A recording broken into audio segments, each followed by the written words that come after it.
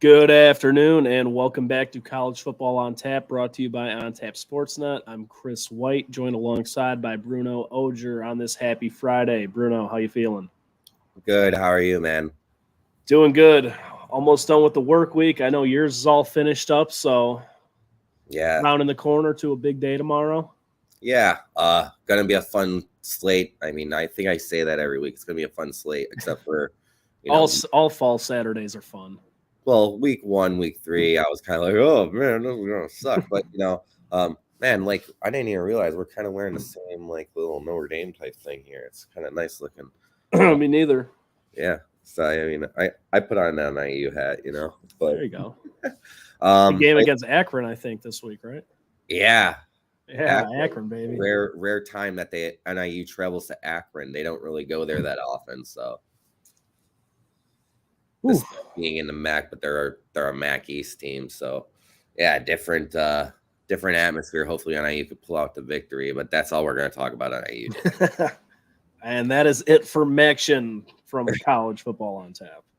Yeah, so good week ahead, but let's kind of jump into it with news. We could either let's start with the news out of the Big Ten. We got Mel Tucker suing Michigan State. We got Pat Fitzgerald suing Northwestern. We kind of covered the Mel Tucker stuff quite a bit, but Pat Fitzgerald, Pat Fitzgerald. We haven't had much news on that front for a while in terms of what was going on with that, and it came out, I believe it was yesterday, that Pat Fitzgerald now is going to sue the university for, I believe, around $120 million for basically defamation of his name, ruining his career going forward, reputation. Yeah, so interesting to see that. Another thing where we're going to have to say innocent until proven guilty in terms of what happened there.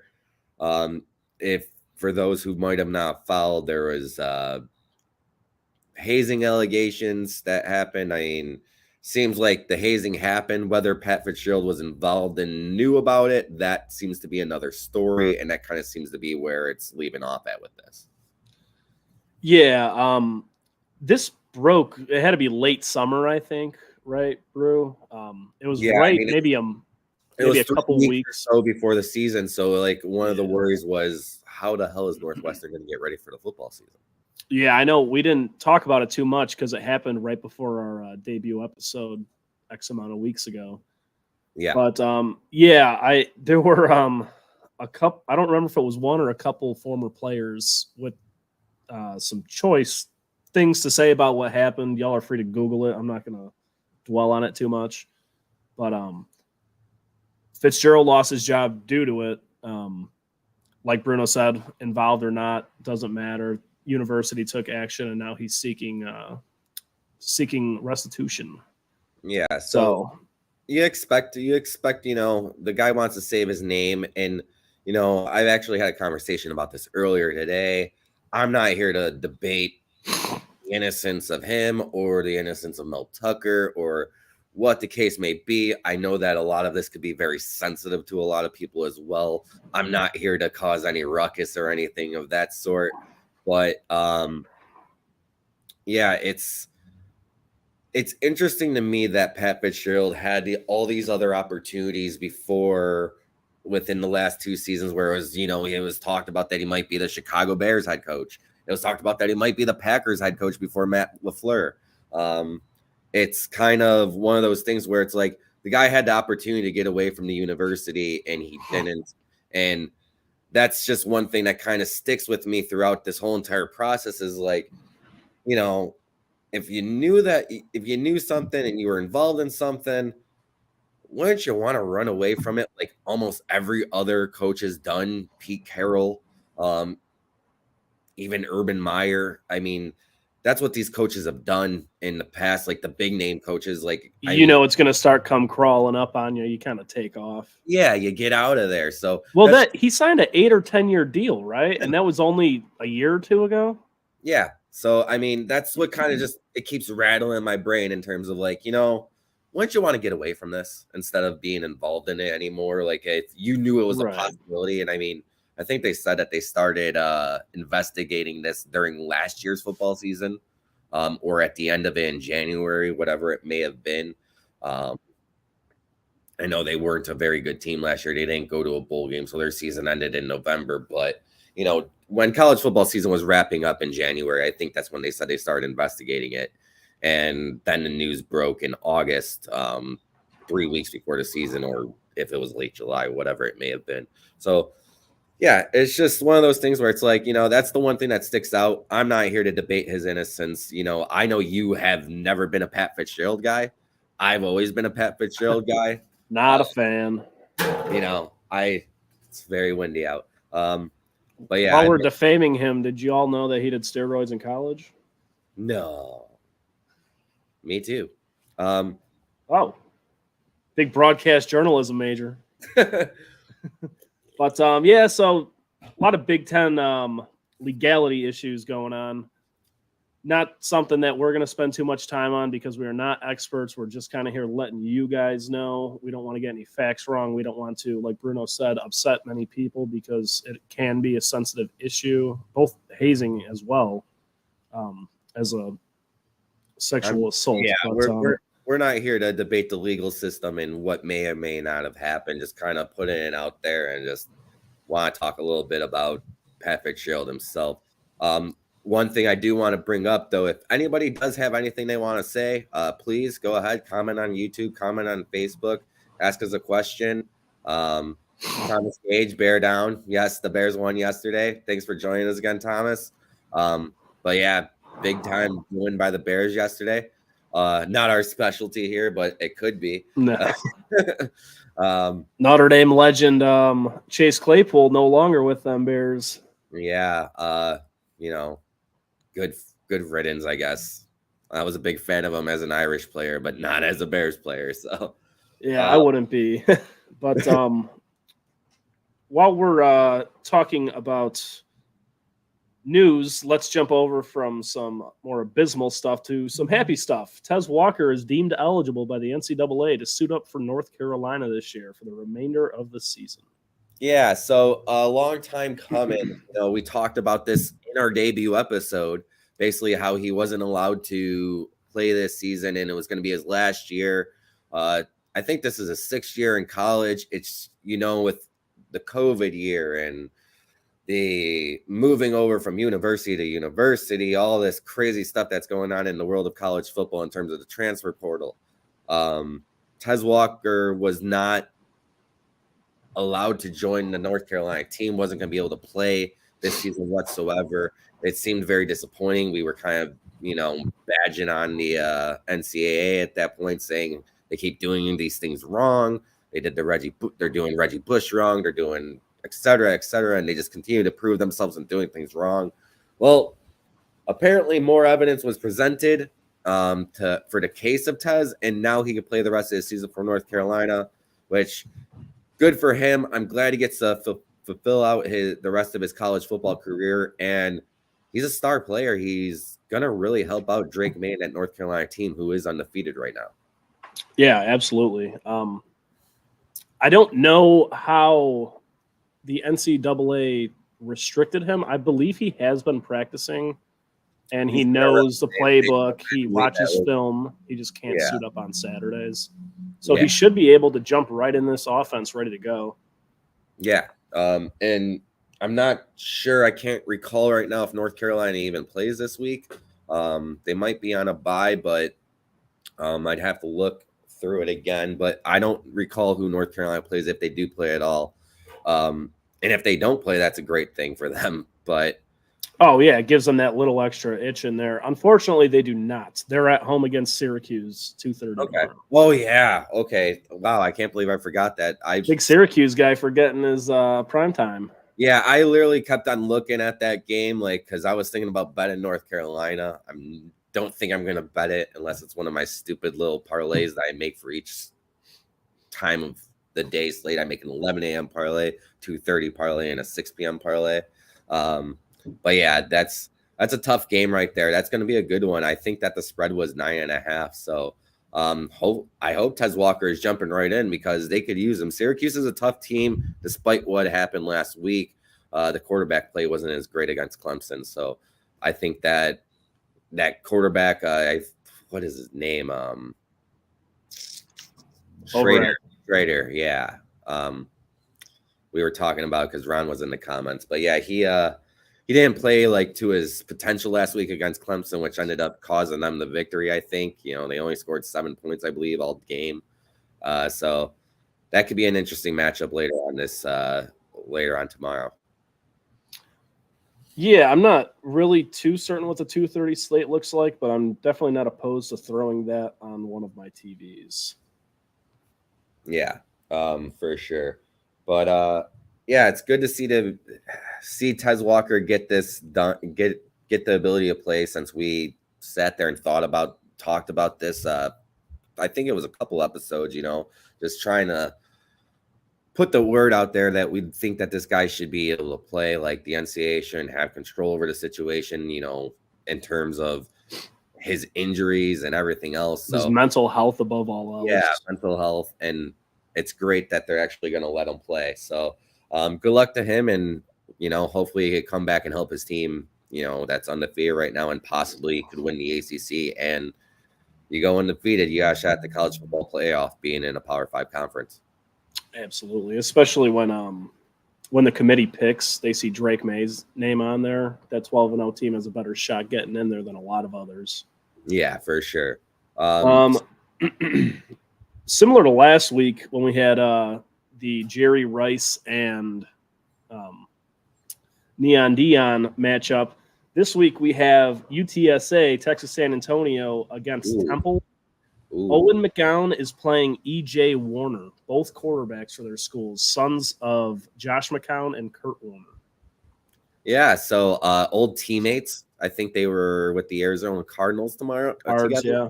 So, Warner later in his career, when he still was very good and helping the Cardinals get in the postseason, Josh McCown being there, one of my favorite Bears quarterbacks out of the 37 something that we've had since 1990 that have started games for the Bears. McCown was a gamer. So I hope his son's the same way, because Josh McCown, like, I remember when he came to the Bears. I think it was when he came to the Bears. It might have been when he went to another team, but he was like a college or a high school football coach for his son. And then they were just like, while actively playing backup quarterback in the NFL.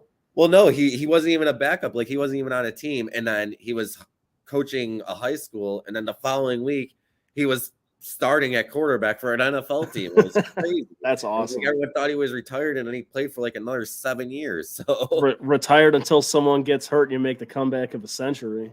Yeah, it was crazy. Josh McCown's awesome. Yeah, you're a big McCown guy. I'm a big Warner guy. I like Kurt Warner too. Thank God. I was never a giant Rams fan, but my dad's friends were, and his kids were around the same age as my sister and I. So we got a lot of Rams TV when we went over to their house on the weekend. But as I got a little older and got more into the NFL, which I didn't start appreciating as much until a few years into my college fandom, Kurt Warner and Larry Fitz, man, they were balling out. Larry Fitz is one of the best players to ever watch in terms of the NFL ever. I love Larry Fitzgerald. Probably such like a great dude too.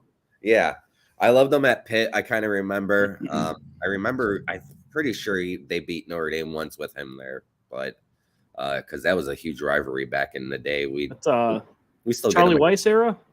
Yeah, I believe so. Maybe, yeah, it's got to be around that time. Early Weiss. I kind of get like discombobulated with when Charlie Weiss really was, because the Tyrone Willingham era was so short. Yeah.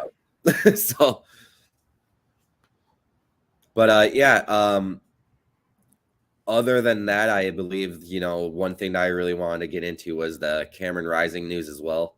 Yep. So Cameron Rising, we've talked about him week after week and how Utah needs him and whatnot. Well, it turns out his injury is a lot more severe than what was led on. So he's out there working. He's doing everything he can. to get back into the game. He came on like ESPN radio out in Salt Lake City and basically said that he didn't just tear his ACL, he tore his MCL, his meniscus, right? Yeah, some I can't remember. MBPFA, some kind of weird acronym. Four different ligaments inside of his knee and his leg, and so more than just the ACL injury. And this was an injury that has shut down Hendon Hooker this year.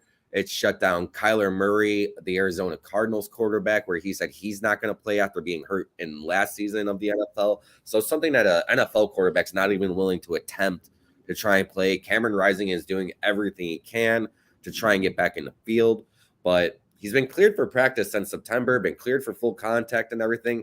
He's just not feeling 100% healthy to go out there and take the snaps on the field. Yeah, no, he's showing heart, and I'm sure last year was a heartbreaker. Him and Kincaid had a good thing going, and I believe they're the team that knocked USC out of the playoff picture. Yeah, because Utah was the Pac-12 champion. Yeah, so I mean, the kid wants to get out there. The season's, well, just about halfway over. We're brushing up right on it, and Bruno and I were talking off camera. I do believe he is in his final year of eligibility. So, I mean, he's got to get out there. He's got to do what he's got to do now. Whether he sells insurance or plays pro football next year, I mean, you don't want to miss out on this opportunity as a 22, 3, whatever he may be year old. Yeah, absolutely not. We've been kind of like looking forward to him playing. And I've been looking forward to him playing. I thought it was going to make such a big difference in terms of Utah's play. I hope he is able to get out there. I got a feel for the kid just because he does have that ability. And next year's the quarterbacks that are coming out next year, even though, the Caleb Williams stuff where he will only go to 5 teams or whatever it is. Yeah, I still call bullshit on that. Yeah, whatever. Not going to listen to it, but, there's a lot of quarterbacks coming out next year into the draft, and he wants to be a big name on that list. And it's going to be hard because there's going to be a lot of competition. Next year has the ability to be comparable to that Carson Palmer draft where everybody came out of. So, I mean, it's going to be crazy to see the quarterback situation in next year's draft and all these guys that are coming out. There's a list of like 15 good quarterbacks. Penix, Sanders, Williams, Rattler, Hartman. I mean, it's crazy. You look, being homers, like even Sam Hartman going to be coming out after this year. Sam Hartman is like the number 12 quarterback on that list. And he's the most experienced. And, experience does mean a lot in terms of adapting to the NFL. I think if Mitch Trubisky might have started 3 years instead of 1 year, he might have been okay in the NFL, but he just didn't have that time to actually learn and adapt to that type of game because he had 1 year of playing college ball as a starter, and he sat on the bench every other year of his career. Yeah, but one good thing for Cam Rising and the rest of his teammates, massive NIL deal earlier this week out of Utah. A Dodge dealership gifted 85 trucks for 85 players to the Utah football team. How cool is that? I wish I got a freaking Dodge truck. Fuck yeah. Do you think that they could donate a Dodge truck to college football on tap? I mean, there's 2 of us right now. We'll need 2. Yeah, we'll need 2. Yeah. We're not opposed to you guys helping out everyone else at On Tap Sports as well. Yeah. There's a lot, but if you could spare 85, what's it's not 85. I think there's got to be like 40 guys that I've seen in the group. So, we'll set the line at 40 and a half. But if you only want to give up 2, we're here for it. We like trucks. Hell yeah. Fat Zach, I see you commented there on YouTube. Fat Zach wants a truck as well. That's 3. We're all right. We're asking a lot. I know Nebraska plays at Illinois tonight. Both teams are 2 and 3. Nothing really crazy, except for the fact that Illinois Stadium caught on fire last night. Yeah, that's normal. I saw a quick video. I didn't read too much on it. Fire was, I don't know the correct word, like burrowing. I'm really not sure. It was coming out of the lower level. Pretty. I'm just gonna chalk it up to Dick Butkus just getting his final word in at U of I. There you Rest go. in peace, Dick Butkus. Thank you for getting the Bears their win yesterday. I'm chalking that one up to you. But rest in peace to a legend. But yeah, that was just him getting his final word. And he's like, you know what? Set this thing on fire. Got to go out in a cool way. Yeah, I mean, I think it's pretty badass. All right. Do you want to dive into some games coming up tomorrow? Yeah, so we could go ahead and start off. Let's start off with the Red River rivalry. 11 a.m. game as it is every single year. We got Texas, we got Oklahoma. This is gonna be a game like it is most seasons, but this time around we got two undefeated teams in Oklahoma. I think you have them at number 13. I thought I saw them at number 12. I got fat fingers, man. It could have been a 12. And then Texas being ranked number 3 at this point. Take that for what it is. It's only the AP. The college football playoff has yet to come out yet. Fat Zach commenting saying hammer the over. And yeah, I agree with you on that one for sure. This tends to be one of those games that goes well over, but we got our style. Yeah, we got ourselves a game here. Quinn Ewers having the chance to go out there and really take over against, I believe it's Dylan Gabriel, the quarterback for Oklahoma, who's been a really rough, kind of a Tim Tebow-esque quarterback, the way that he kind of bulldozes. I've watched a lot of Oklahoma football over the last couple of weeks after weeks of saying they're just the team that's there. They're a meh 17-12 ranked team. Yeah. I'm excited for this one. It's really going to give us the opportunity to see who the hell Oklahoma is, as well as see Texas again in another big game. I mean, they've done it against Alabama. Let's see how they do in the rivalry this time. It's going to be exciting, I think. Yeah, and obviously, it helps it's in Texas. I'm still thinking horns up with this one. I don't think Oklahoma quite has it. I definitely think I went Fat Zach on the hammer the over. I definitely think it's going to be a 49-50 on each side type of score. Yeah, it definitely has that possibility. Texas this year has been a team that has scored over 30 every single game. Oklahoma, they've had 73-point games, 66-point games, 50-point games, and then they had 2 games in their 20s. So take that for whatever you will. But I think that both these teams definitely know how to score the football. I think Texas a little bit more. And I see a 5.5 spread. That's very interesting. I didn't put it on my card, but it might be something that I change my mind on later. But Texas is really looking like a legit team that should be in the college football playoff at the end of the year, but another test this week to kind of see if they could go ahead and prove that. Yeah, no, I mean, I'm excited to watch. Like I mentioned, it's going to be a high-scoring affair, and I definitely think Oklahoma's going to hang around with them. It's going to be another situation who has the ball last. So I think it'll be there. That 5.5 is interesting to me. I might look into that a little more, but see, I think that this is a game that has the possibility of Texas just running away with it. It's Oklahoma. You think it's similar to last week? Keep it close in the first half, yeah, and kind of run away with it at the second. Just because I think their ability to score points is a lot more there. When Oklahoma's had to play decent teams, they've scored in the 20s. When they've played teams that aren't as tough, they've been scoring in the 50s and 60s. So they have the ability to do both. But when I look at Texas, they have a dynamic running back there who's already almost at 600 yards in Brooks this season.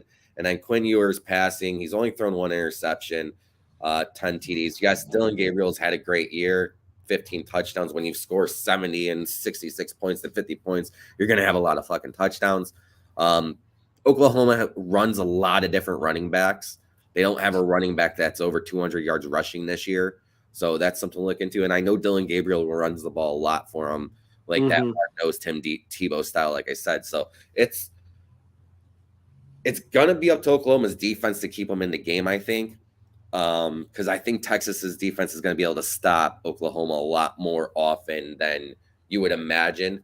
I think the over is only 61.5. Sometimes you might think 70. Yes, 61's a lot of points, but 35 to 28, you're there. Right. So, and that's what you could kind of see it as. But I could see Texas scoring 45 themselves and Oklahoma scoring 21, 28 points. So that's kind of where I think I'm leaning, is Texas is gonna roll them more than anything, just because there wasn't a lot around Oklahoma coming into this year, but this is their opportunity to prove themselves and see what they really are. There's been plenty of years where Texas was really down and they upset Oklahoma, and vice versa. Yeah, and you got to imagine, as long as Oklahoma keeps it close, they're probably going to stay in that, meh gray area, that 17 to 12 we love to reference. But that, as I've said before, pretty much every Friday we're on this. I work Saturdays. I work until noon, so I don't miss a lot. I got to keep one game on my phone, basically. Yeah. And my 11 a.m. Phone screen is going towards Maryland, Ohio State tomorrow. Yeah, I kind of agree with you a little bit. I don't know which one I'm going to put on the main TV here. I also got to check out the Premier League slate, see what's finishing up at that point. So, but I think this game is very interesting. Maryland is just getting a lot of doubt. I just don't get it. The bookmakers are big against Maryland this week because they have it as a 20-point spread right now. Now I'm seeing 19.5. So it's been moving. I've seen it go from 18 to 18.5 to 20, now to 19.5. It's moving all over. I think Tuesday for the recap, it was 18.5, right? Yeah. So I've seen it move, but nonetheless, it's a big number for Ohio State, and it's a lot of doubt in Maryland and what they've done. And I'm really not understanding it. We're going to get into it probably next with Notre Dame and Louisville, but Louisville is coming into this week undefeated. Maryland's coming into this week undefeated. And if I have to compare the two, you're ranking Maryland all day. I mean, it's just nothing against Louisville and being undefeated. I think if you're undefeated and you're in a Power 5, you should probably be ranked no matter what. But that's just not how the cookie crumbles right now. They're still going to have that SEC bias where LSU's 3-2 and still ranked despite who they lost to. And that's the thing. Like, LSU has 2 losses out here, and I think they'd smash the shit out of Louisville. Sorry to all you Louisville fans, but yeah, I think Maryland, maybe they don't win, but they're in that game. Yeah, absolutely. But I mean, here with Maryland, I don't understand what it is, but they have a proven quarterback in Tua Tagovailoa. He's been great. He's been very solid, 11 touchdowns. He's only turned the ball over in terms of interceptions 3 times. I don't know if he's been fumbling at all, but I've watched him play for the last 2-3 years with Maryland, and I've seen a lot more of Maryland football just because of him, and I guess maybe his last name is because of who his brother is, but right, he's a quarterback who's going to be in the NFL in some form. And we talked about weeks ago that Saban is kicking himself every single day for not hanging on to this guy. Yeah, because that quarterback play at Alabama is not great right now, and I mean it's better than it was, but it's not good by any means. If I had to choose between the 2 quarterbacks in this game, I'm definitely going with him over Kyle McCord, because I mean McCord's really not shown me anything. He's only thrown 6 touchdowns this year. I mean, we saw him play. His best game was against Notre Dame. He put up 230. I mean, yeah, and he didn't even your top NCAA quarterbacks do that in their sleep. Yeah, I mean, both touchdowns were scored by Trayvon Henderson in that game against Notre Dame as well. So he didn't even throw for one. He had the opportunity late when there was 10 men on the field, and he didn't score a touchdown with 10 men on the field passing. So, I mean, it's an interesting spread. I understand that there's going to be a lot of doubt behind Maryland and a lot of confidence in terms of Ohio State, because it is Ohio State at Ohio State. But I also just look at it. I know the first game of the year, you take it with a grain of salt. Teams are trying to figure themselves out, but they beat Indiana, who's not good, 20-3, something like that. they didn't score a lot. I know they're getting better, but Maryland's a much better team than Indiana. Maryland's seasoned. They know how to score. They know how to move the football. They're going to try and control the clock because that's what you have to do if you're going to win a game at Ohio State. But yeah, I don't understand the spread. I know we kind of get into these types of things and then it backfires in our face when we kind of talk like this. But I like literally every week. Yeah. I like Maryland to stay competitive in this game at the very least. If not, pull off the upset. I hope they pull off the upset, kind of. Like I mentioned on Tuesday, it kills me that they're unranked because whether they're 26 or 30, if and when they lose to Ohio State, they're just going to keep dropping down. Yeah. And they're never going to get that fighting chance. But you have 2 lost teams in the top 25. You have teams like Louisville in the top 25. I just don't get it. Yeah. I mean, I'm not going to sit there and I don't want to slander Louisville because then that's the one thing that I really, really don't want to blow up in my face tomorrow. But, because, yeah, in terms of what Maryland's been able to do this year, I don't see why this game is going this way. I don't understand why a quarterback like Kyle McCord is given so much faith so far when he hasn't really shown that ability to be like Ohio State quarterbacks have normally been there. So, yeah, but we will have to wait and see for that tomorrow. I'm riding with Maryland all day. I'll say it out loud and proud. Definitely the 20+. Not going to throw money line, but my heart is with them.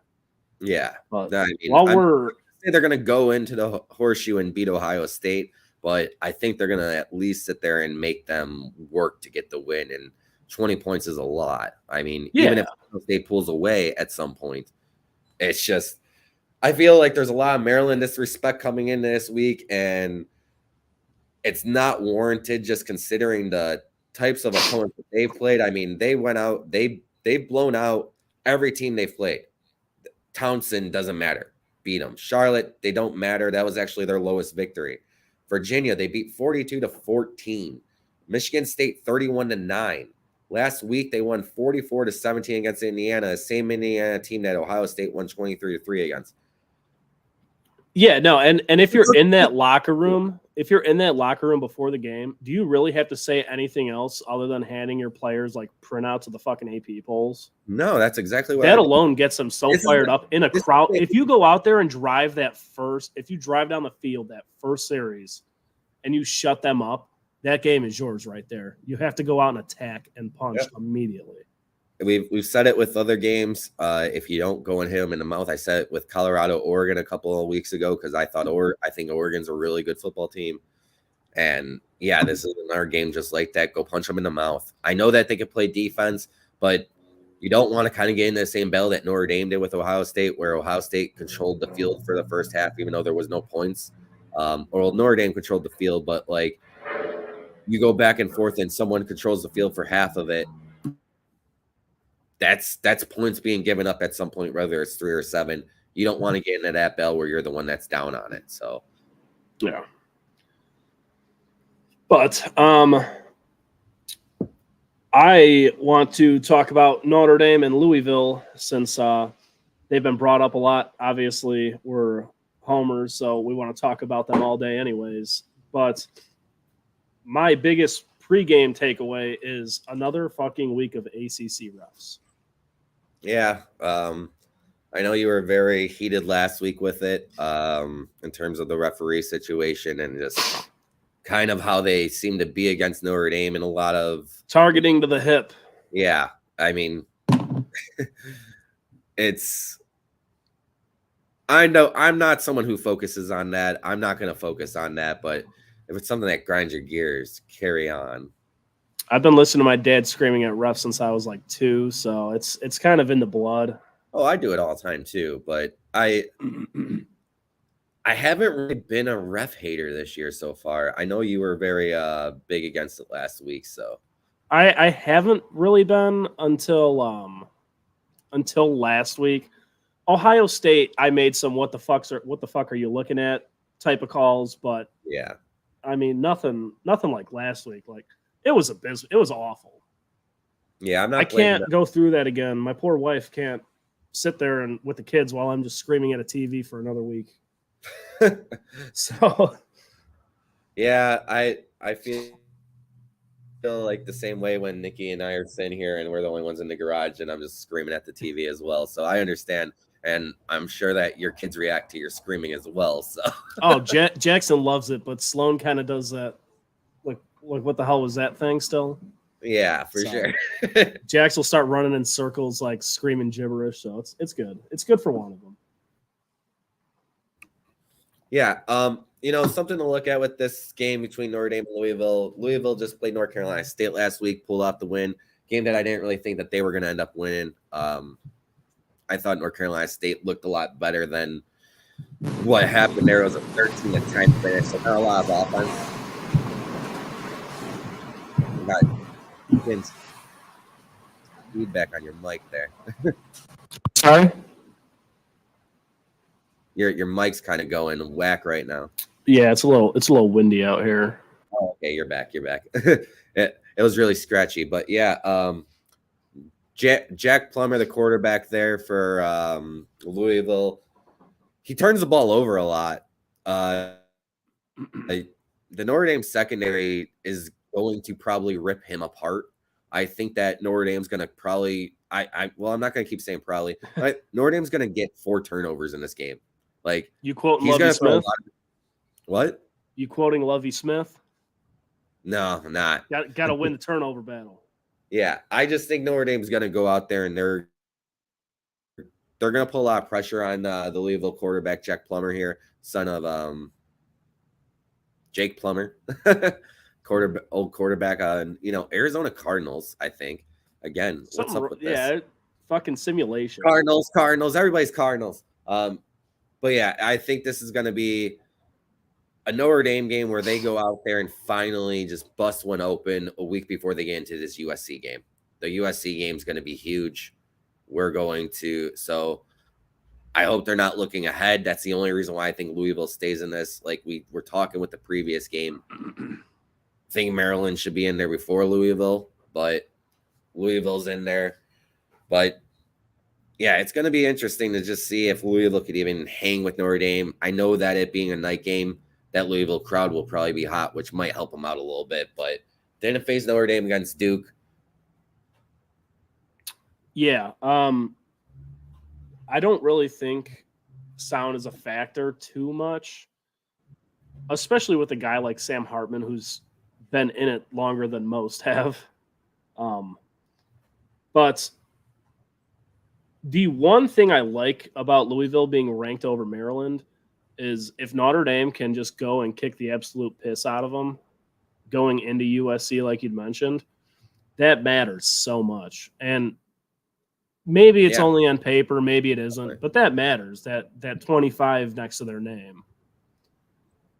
Yeah, 100%. It definitely looks good, even if Louisville doesn't end up being in the top 25 at the end of the year. At this point, Louisville hasn't lost a game. So I'm not angry that they're in the top 25, obviously. Kind of I've been able to watch Maryland a little bit more as well. So just a little confused is all. Yeah. But I wanted to talk about it Tuesday, but I know we were trying to rush it through. I had some stuff going on. You had to get to work. Howard Cross. What a game he had last week. Yeah. Tell me the stats on it because I'm not familiar. I don't remember. D tackle for Notre Dame. I don't remember the stats. I want to say it was like 12 solo tackles, 3 or 4 for loss, and he forced the fumble on the last drive, on Duke's last drive. Okay. I mean, just outstanding. And obviously, Leonard moved his legs, but he did have a decent amount of pocket presence last week. Sorry. I, like you, have not watched any Louisville. Is Plummer a scrambler? I don't believe so. I mean, his dad wasn't, so I'm going to guess that he's not. We're pocket passers in this family. This is how we do things. I mean, I know Louisville in the past with the quarterbacks that they had, They've Lamar. been able to run a little bit, but I don't think that that's the type of game that they're running there right now at Louisville. They are averaging 193 yards rushing per game, so they are putting up big numbers there. But their main running back there, Jahar Jordan, is carrying the bulk of the load for them. He's looked pretty mean. He's done a good job of carrying the ball. So, but yeah, I don't think that Plummer is a main part of the rushing game there. I remember, I think the last time Notre Dame and Louisville met was on a Monday, like 5 or 6 years ago. Yeah, maybe not that long ago because Ian Book was a quarterback. Because I remember he broke a cheerleader's nose throwing a ball away. Yeah, I remember that game. Yeah, I don't know if it was pre-pandemic or not. It had to have been. Well, I don't know. Maybe not. I was sitting in a bar for it on a Monday night, so I definitely didn't have kids. So it was more than 3 years ago. So yeah, I recall that game because it was one of those. It's the week before the NFL starts, so there you go. Thanks, Zach, for the bless you. Shut up, Louisville +6. You're ridiculous. Stupid better. Notre Dame 38-13 put in the final. You got it, bro. You got it. Good pick. Yeah. I honestly just think that Notre Dame's offense is going to go out there and kind of roll through this. Coming off an emotional victory last week, I think there's a lot of weight lifted off their shoulders, and they're going to come out there and play free, Justin Fields style, and get this W for Notre Dame. Justin Fields the past 2 games or everything before? The past 2 games. Okay, cool. Yeah, no, I'm excited though. I'm loving these night games because I feel like everything I watch during the day, I just don't have to care about. Like, obviously, I enjoy watching it, but like my day isn't ruined at 2:30 p.m. Yeah, it is kind of nice to be able to enjoy the whole day and be feeling that pressure. You get some build up going. You know, you got a little buzz by 6:30. You know, it's nice. Yeah, you could completely be fully involved emotional where you're throwing beer cans and stuff. It's great. Empty beer cans, not full. Yeah, no, don't waste any liquor. Well, I was talking about a safety hazard, but. Right. All right. I know we got a lot of a lot of SEC to talk about, but let's quickly jump over to the Pac-12. Unranked Arizona doesn't sound like much. Playing 9 USC, but Arizona held Washington to a 1-score game last week. And what does USC struggle with, everybody? Defense. Yeah. So Arizona has been playing a lot better than a lot of teams, I guess the nation has pretty much expected with them. They've been huge dogs in a lot of games, and they've been covering spreads left and right with these scores. I mean, last week they covered against Washington. I had Washington at like +18.5, and it was a 7-point football game. I thought 18.5 was just like, whatever, no shot. And Arizona came out there and took care of business. Yeah, in terms of staying in the game. But yeah, they had to play an SEC opponent earlier in the year in Mississippi State. They lost in overtime. They've been in every single game. They lost by 7 last week. They lost in overtime to Mississippi State, and obviously they won the other 3. Arizona has played a lot better football than expected, and USC's defense right now is the biggest worry for that team going forward. Like, USC might not even walk out of here as an undefeated team going into Notre Dame next week. Yeah, I'm not sure. I'm not sure. I'm definitely not putting money. Oh no, not even the spread.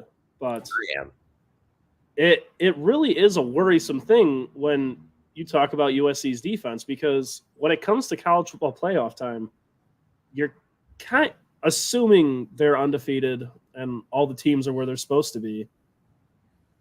Do you want to put in USC over a hypothetical Texas or Florida State, knowing that the potential for another championship game could be a blowout like last year? Yeah, you don't want that. I mean, you don't even want that in the semifinals, which has you don't want it in a regular season game. Yeah, it has kind of been something that has happened a lot in terms of the semifinal, though. If you look back, it has happened numerous times that the semifinal games are both blowouts. So I know that's something that's the reason why we're doing the whole expansion thing so that they can make it more interesting. I do kind of like the style that Division I does with you got to play, I think it's 32 teams in there where you're 32 teams in college football and they go all the way down, if I'm not mistaken, because it's like a 1 versus 8 kind of type thing. Kind of like the NCAA tournament. Doing, what is it? It's 16 teams going to be. Is it 16 or 12? I thought it was 12. Yeah, it might be 12. So 12 teams playing those games. I know that a couple of teams get the buys and whatnot with it, and then they play the respective bowl games was the idea behind it. Mm-hmm. But they want that because they want the playoffs to have those games where you're like, oh my God, late match. They want that Notre Dame Ohio State game. They want it where there's teams like that, and you can watch Notre Dame in the playoff. That might be a team that doesn't normally win those college football semifinal games, but they go out there and play a team like Ohio State, and it's like, oh, this is exciting. Oh, Notre Dame's not that disappointing now. I mean, I don't think Ohio State's going to go undefeated. So that being said, I don't think Notre Dame gets into a college football playoff spot. And that being said, Brian Kelly needs to stop fucking losing because he's not going to get a good bowl with 2 losses. And I'm really gearing up for a Brian Kelly. I'm sorry? It was last year. We wanted it last year. Now we're talking, though. And Sam Hartman better not sit out the fucking bowl game. He will. But that was not so much a desired matchup to talk about, just something I want to throw in there with some thoughts. Arizona at 9 USC. I mean, it's sounds like shit on paper, but they're semi-proven. Let's see what they could do with it. It could be very interesting. And I already said that I put that on my card because Arizona plus 21. I already seen that show with USC and Colorado last week where USC gets up and is covering the spread by a shit ton, and then they end up not foot off the gas by 13. So I don't even know if it was foot off the gas as much as it was Colorado figured out how to play defense on them. I mean, which could be another problem for USC if Colorado figured out a way to play against them. Arizona's looking at that tape and they're preparing to do the same exact thing. I mean, every team that's going to play them going forward should be doing that. Absolutely. If there's a formula to beating USC in terms of actually stopping them from time to time on their offensive side of the ball, they're a very human team. So, but let's. I know you are a big Missouri guy. Let's go 23 LSU at 21 Missouri tomorrow. Yeah, so I've been on the Missouri train all year. I've kind of mentioned it a couple times on the show that I think that they were a sneaky good team, and now that sneaky good team is a ranked team. So I am onto something no matter how this game turns out. This game is at Missouri.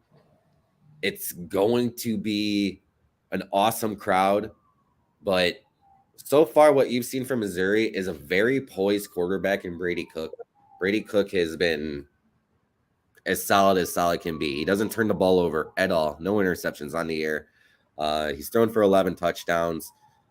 He's in the top 25 in terms of QBR. He's done what you need to do in order to win football games. Playing a good team like LSU, I don't even know if they're good. I don't know what they are. It's a weird football team. I know like a weird vortex they're kind of stuck in.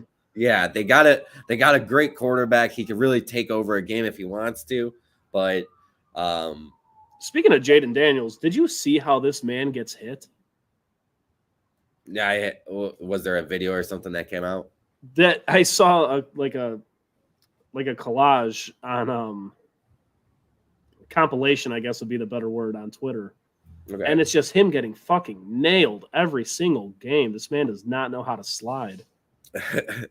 That's not a good thing. That style of quarterback won't last long in the NFL, and I know he is an NFL prospect, and might not make it through the SEC season if he is not able to slide, because a lot of these guys. I know you saw the one last week in the first quarter. He got fucking stapled, gave the ball up. Yeah, he definitely. I haven't seen this collage, obviously, but.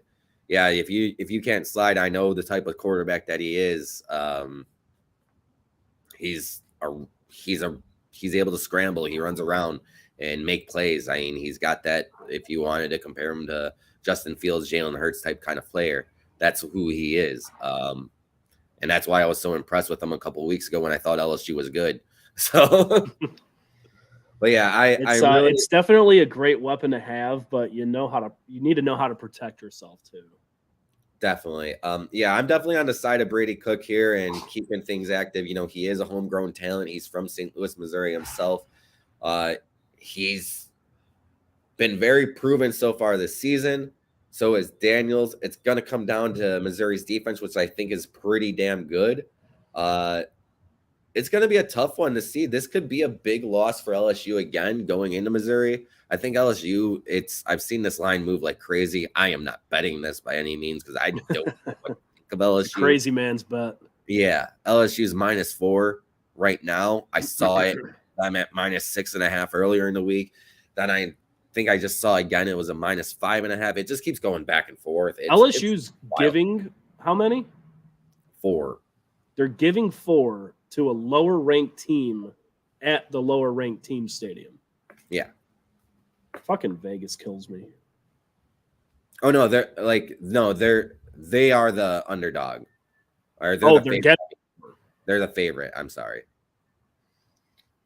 I mean that makes sense to me in terms of the lower ranked team being a little bit of an underdog. And I mean, Mizzou is really going to come out there, though, and have every reason to go out there and get this big win.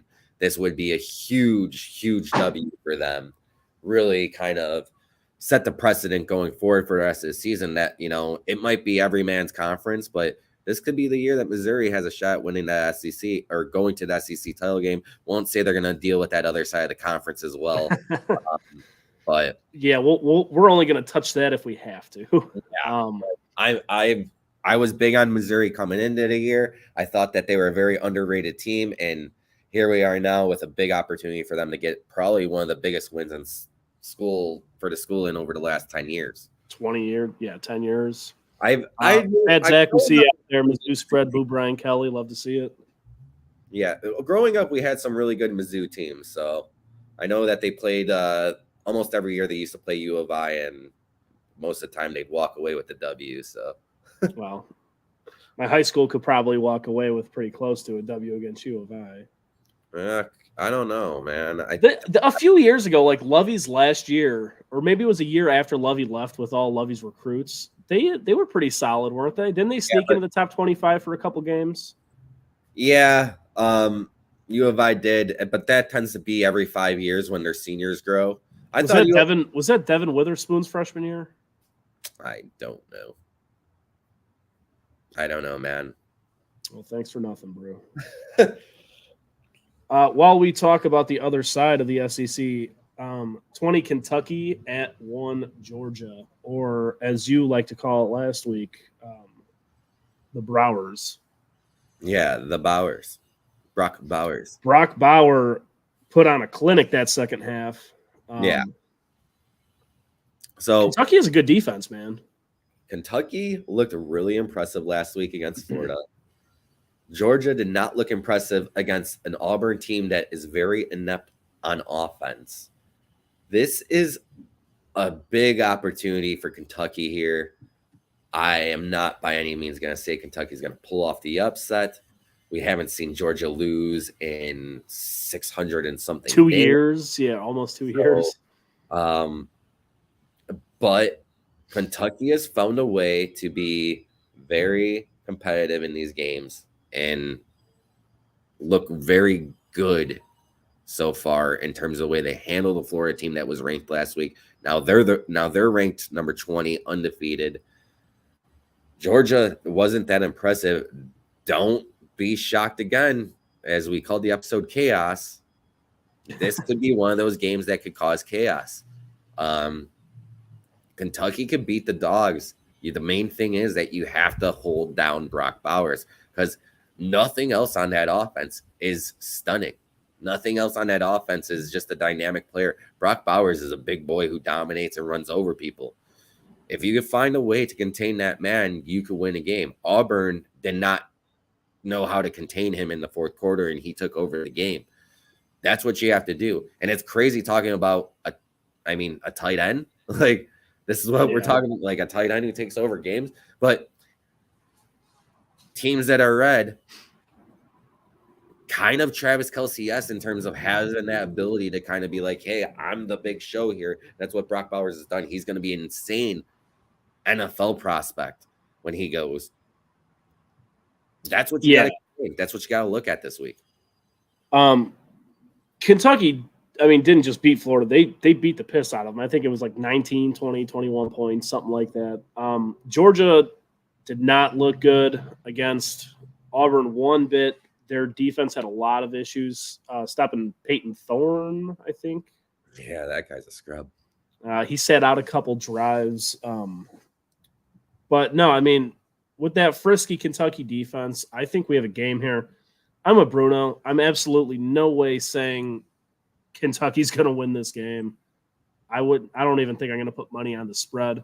But I do think we will have a fun, competitive game that I'll just enjoy a lot more watching rather than sweating a bet out.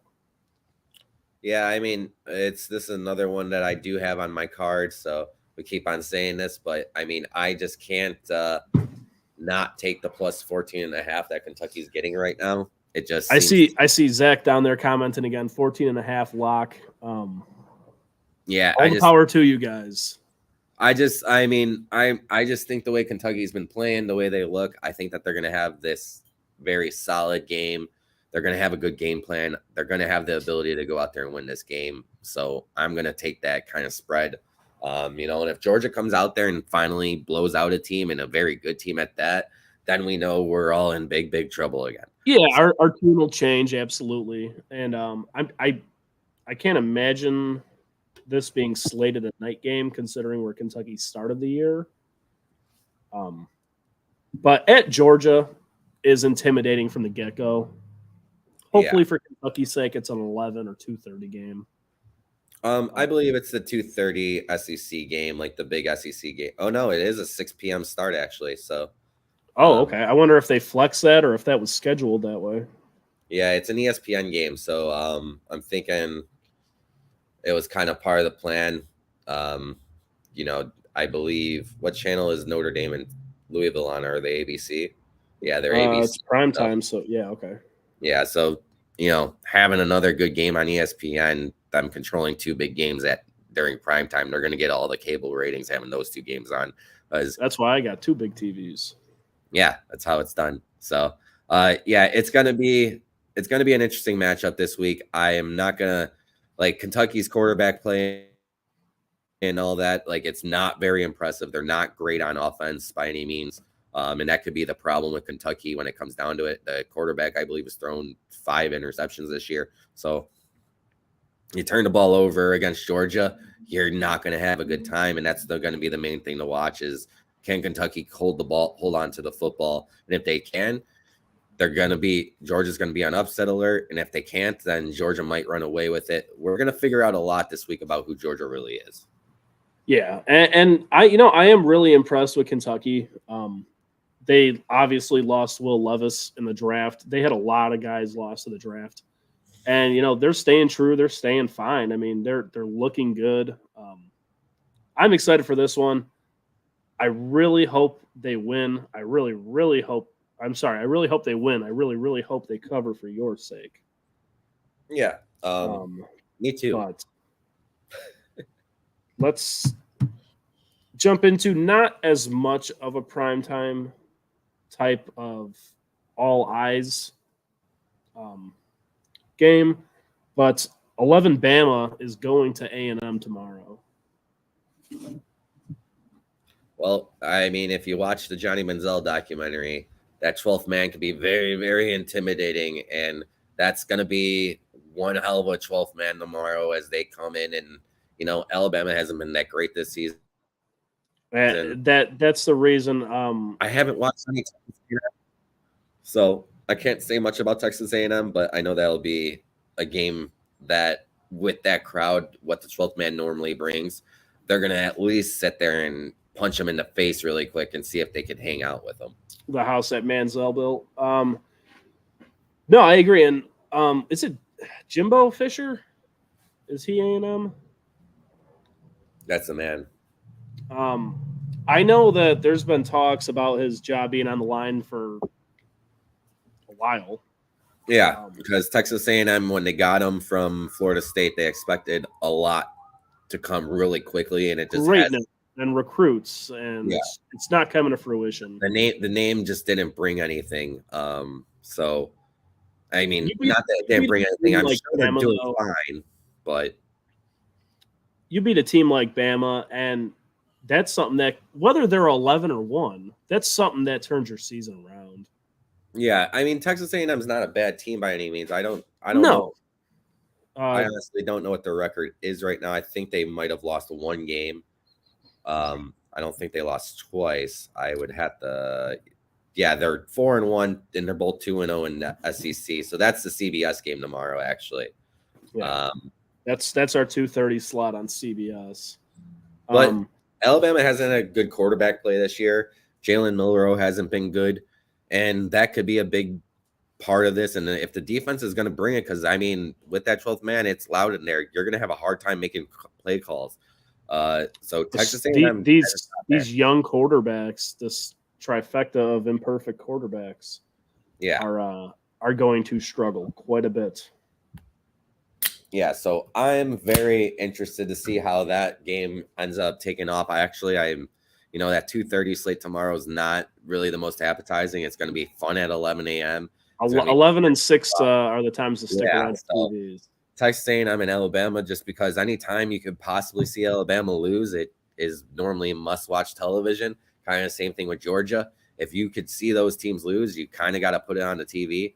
So we'll see how Texas A&M responds. I'm not going to sit there and put money on Texas A&M or say they're going to win this game by any means. I don't know anything about them. Honestly, they're a team kind of like Oklahoma, where it's just like you're just kind of there. And that's what Texas A&M has been to me. So good luck to them. 4-1 and not being ranked in the SEC. That's got to be saying something about you in terms of what they think of you. So kind of hit you where it hurts. Yeah. Weird segue. This might be more fun for you than anyone else because I brought up Tyler Buchner for about a millisecond. Uh-oh. Phil Yurkovich has been demoted in Pitt, I believe. Boss. Oh, yeah, Pitt. Yeah, okay, yeah, that makes sense. Pitt, normally a team that is an always as well. They don't look that good this year. No. They got, what was it, dismantled. Was it Penn State? We were talking about last week or the week before. West Virginia. Okay, West Virginia. Yeah, rough go with things. I just thought you might enjoy that from our seats. I don't want to wish bad upon anyone. I mean, the only quarterback that left Notre Dame that I really didn't want to leave was Drew Pine. But I didn't really care about Buchner either. I didn't really like him. So that's I don't remember if it was Book's 4th or 5th year. I remember momentarily changing my Twitter name to Drew Pine Time. Yeah. Because Buchner was taking snaps for a couple games. I'm like, get this guy out of here. Yeah. I don't like him. But all right. You got anything else before we head into our gambling segment? There was something that was in the back of my head, and I can't recall what it was. I hope that it comes to me before we get out of here today. Damn, it's killing me. But no, we could go into the betting segment. what can I say? Last week was a fucking brutal week. I mean, it sucked. Everything has gone wrong. I was way better at the beginning of the season than I have been in the later half of the season so far, and that's normally not the way it goes. I am now a 28-28, which means I'm probably down units because of the little bit of money that they take on the side in terms of these college football bets. So 28-28, 56 games. I've picked more, but like we said, we had 6 or 7 pushes out there where they ended up being ties. The bookmakers have been really good this year. I mean, it's all been a lot of, I've been getting hooked. I've been losing by half a fucking point. A lot of pushes, a lot of half 1 point losses. It's been wild. It's been really, really tough. It's been hard. I've been putting $30 on games. I might be going down to 25, 20 now just because it's, not that it's been bad in terms of college football only, but it's just, it's been tough in general. I don't want to keep on gambling too much money every week with my side dumb bets, but I think it's been really tough this year. But the way that I kind of want to start it out with, I'm liking these Friday games. I want to give a bet on every single fucking Friday game just because it's the way we start off the weekend. We get a little football. And tonight's another night. There's no Major League Baseball playoffs after all the sweeps that happened in the wild card round of baseball. So no baseball till tomorrow. There's no hockey season starts next Tuesday, I believe. So, and then we obviously don't have NFL on Fridays. And I mean, I don't care about the NBA too much, but I do watch the Bulls, and we're not at Bulls point yet. I think the Bulls play a preseason game on Sunday against the Bucks, but there's not really much on TV to watch right now, especially tonight. So we got 2 games. I know Illinois is playing Nebraska. We can't bet on Illinois here in the state of Illinois. So I'm not going to say anything on that game. I haven't really looked at the spread. I don't really care about those teams. Go Nebraska for my uncle in Nebraska. Jeff Sims country. But Kansas State versus Oklahoma State today. I'm Kansas State at -11.5. So Oklahoma State's been pretty embarrassingly bad for a Big 12 team this year. I think you really got to look at the teams that Kansas State has had to play so far and the teams that Oklahoma State has had to play. I like the way that Kansas State looks in general with the schedule that they've had so far. They're a 3-1 football team. Oklahoma State's 2-2 coming in the year. So you're thinking 2-2, not that embarrassing. But Oklahoma State lost to, what was it? You got maybe, I don't think I've watched a snap of Oklahoma State football this year. South Alabama. They lost to South Alabama. That's who it was. 33-7. Like, what? Why couldn't we play that Oklahoma State in the bowl game? Yeah, like 33-7. They lost to South Alabama, and I'm sorry, South Alabama. Like, you're Alabama, but you added the South to it. I'm just like, right. No, it's not a team that you would expect Oklahoma State to lose to. They did look good against Arizona State, but they also played Central Arkansas this year, and they hardly beat Central Arkansas. I don't even know if Central Arkansas – I think Central Arkansas has got to be a normal D1 team, but they beat them 27-13. Last week they lost to my arch nemesis, Iowa State, despite the more ham and bacon. More ham and bacon. Yeah. They lost to Iowa State last week. This Oklahoma State team is really bad. So Kansas State, they've played Southeastern Missouri, blew them out. They've played Troy, blew them out. Troy is a good football team. Do not look back on Troy. They lost to Missouri 30-27. Missouri is a good football team. To lose to Missouri 30-27, not embarrassing. I knew Missouri was good coming into the year.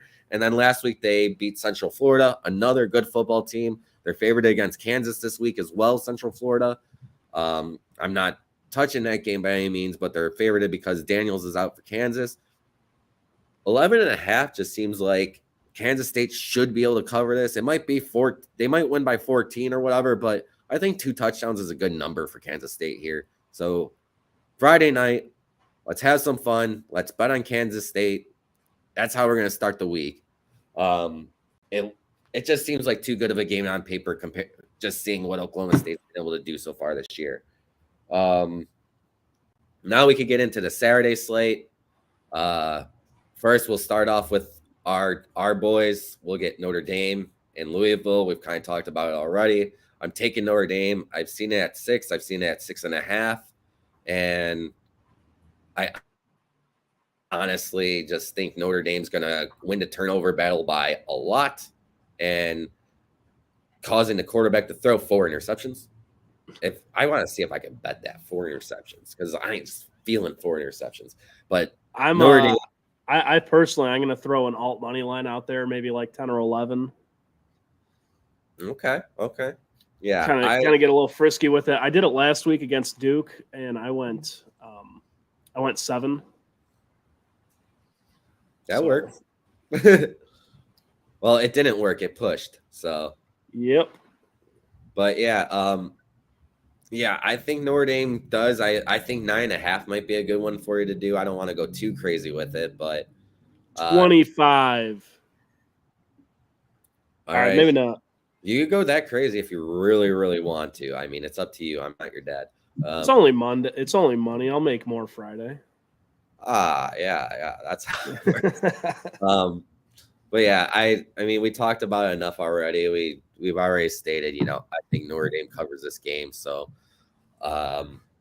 another game that I have on my card, we got TCU versus my arch nemesis, Iowa State. This week I'm picking against Iowa State, obviously. Going to take TCU as TCU. They're not the team that they were last year. They're not going to no college football playoff final. They're not winning a college football playoff semifinal, but they lost to Colorado to start the season 45-42. They lost last week to West Virginia, who keeps on looking like a very good football team out of nowhere. I mean, West Virginia is looking like they are back. The Mountaineers are playing great football, but they lost. They did look very good last week. Yeah, and they looked great the week before against Pitt. They're a hard-nosed defense, but they beat TCU 24-21 last week. Iowa State, they're not very good. They beat Oklahoma State 34-27. We just bet against Oklahoma State here today. They beat Ohio, or they lost to Ohio, a team from the Maction baby, 10-7. They lost to Iowa 20-13. Iowa put up 20. And last week Oklahoma beat them 50-20.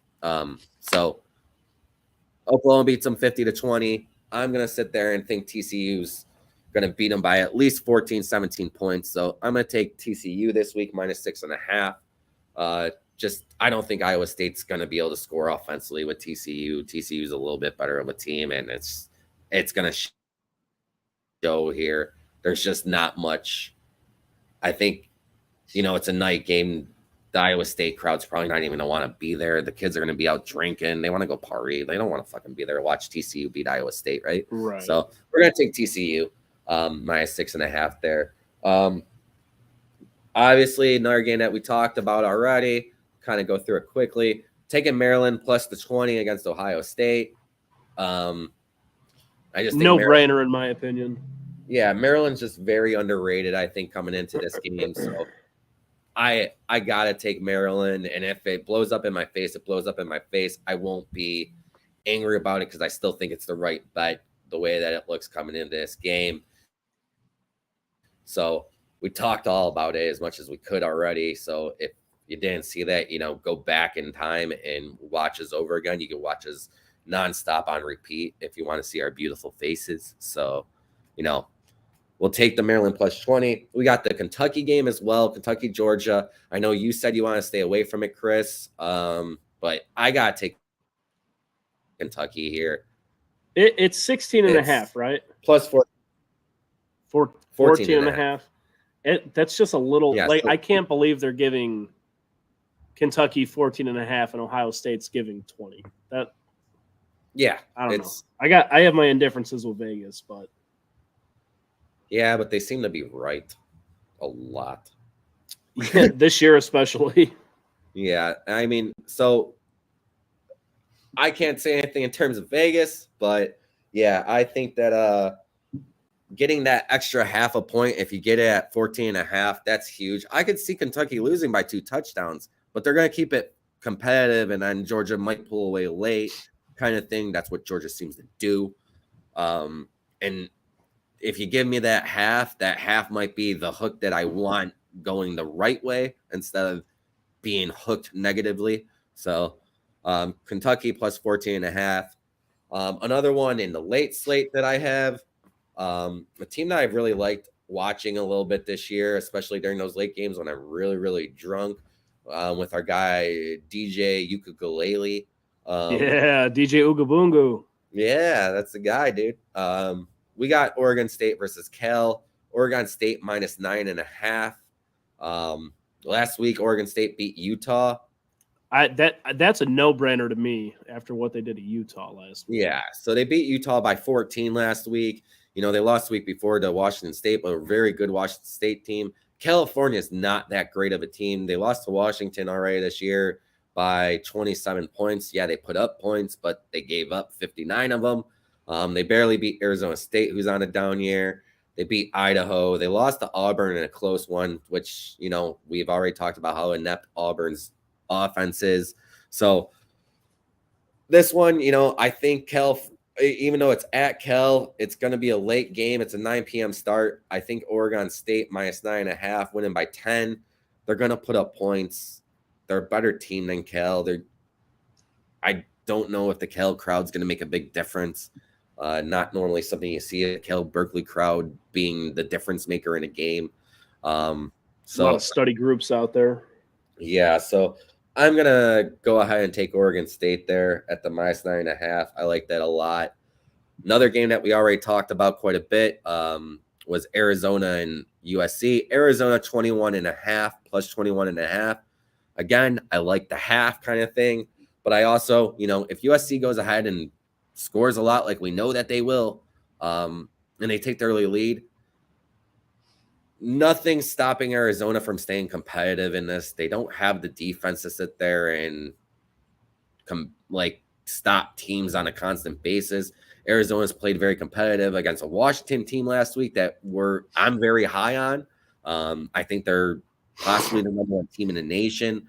So, you know, losing by 7 to Washington, 21.5 against a USC team that's defense is very unproven because they haven't stopped anybody yet.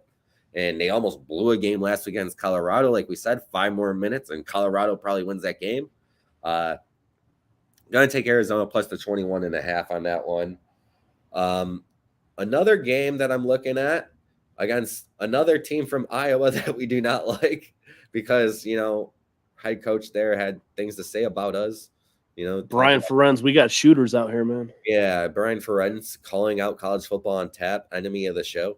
To be honest, I'm not entirely sure his name's Brian, but it rolls well with Ferenz. So yeah, let's go with it. Whatever, Brian Ferenz. But goddamn Brian.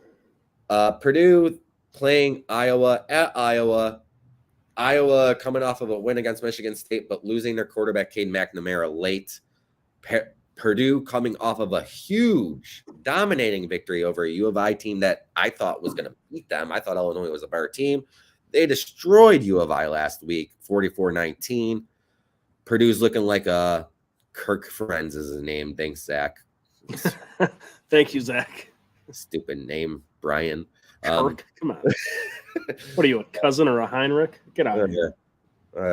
Herb Street. But horseshoes. You know, it's Purdue finally put together a full game last week. Iowa just lost their starting quarterback, Cade McNamara. It's Purdue's getting plus 2.5. I know it's at Iowa. Iowa plays good defense, but Iowa ain't scoring 20 no more. So I'm going to take Purdue plus 2.5 in this game. Purdue has blown up in my face already. I know once, maybe twice this season. So we'll see. Purdue might be enemy number 3. But but we're going to take that. And the last one that I had for us all was Washington State +3. Where did the game go? But I had Washington State +3 against UCLA at UCLA against Chip Kelly's boys. I'm a big Cameron Ward fan. He doesn't turn the ball over. They're coming off of a big win 2 weeks ago. Probably good that they had the bye week in between against Oregon State.